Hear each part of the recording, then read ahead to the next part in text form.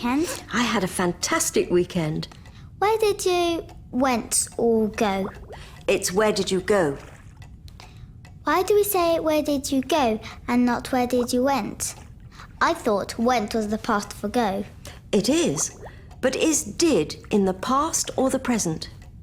Ah, the past. So because of did, we don't change go into went. Exactly. Did tells us we're talking about the past. So where did you go, Gran?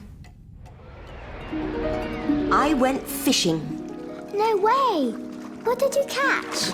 Well, I pulled and pulled and pulled, and I thought I had a big fish, but I caught a boot.